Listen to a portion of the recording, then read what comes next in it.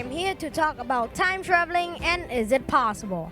Now, first of all, I have a table of contents containing 6 parts, and at the end is a secret party for all time travelers. Now, first of all, we have this, which is what is time traveling? To understand all the theories, we have to understand this basic concept. Basically, time traveling is the effect of traveling through time, often using a time machine. I'm here to prove that time traveling is actually possible. Now, how? First of all, we have 2 basic theories, which is 1, the theory of general relativity, and the theory of special relativity. The theory of general relativity deals with gravity, while the special theory deals with high-speed objects. The theory of special relativity has the basic formula of E equals mc2, but in its full length, it is actually E squared equals mc squared twice, and then adding pc squared. Now, first we have this, which looks like a glass hour and have a future light cone and a past light cone. Now, if you manage to line up the future light cone with the past light cone, that would be traveling to the past. Another picture is this. If I am moving across the stage and you are staying still, then my time will be moving slower than yours, but only by a few nanoseconds. Now, if you go 99.999 to infinity the speed of light, and then you return, this is what will happen. You will have experienced time dilation. Now, the theory of general relativity looks like this. Basically, when a star or a heavy mass is present, it bends space-time.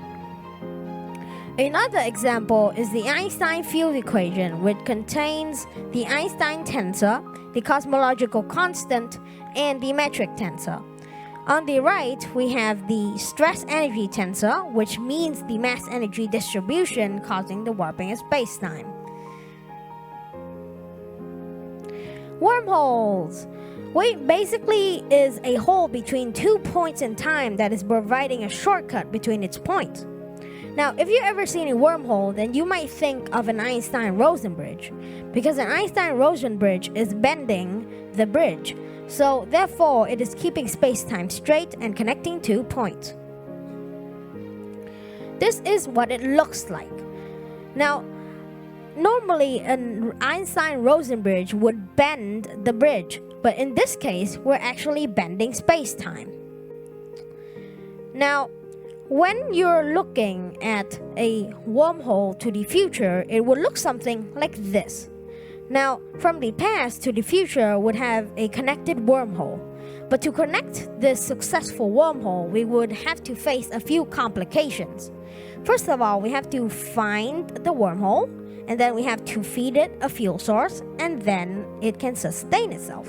Now, first of all, where to find it is usually between 2 black holes. So the black hole is its entrance point and its exit point. Now, if you manage to go into a black hole, then you will be stretched.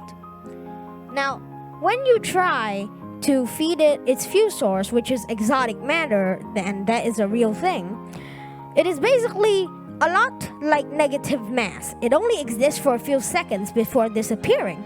And it cannot sustain itself for very long, just like its fuel source. It would also disappear within a few seconds.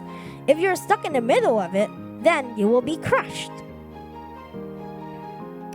Now, remember the secret party I told you about? This is Professor Stephen Hawking's party, which is held at June 28th, 2009. Now, this party, he only told people about it after he held it, so only time travelers can see it. Now, since he sadly died of COVID recently, this is the only way that you could visit him, time travel.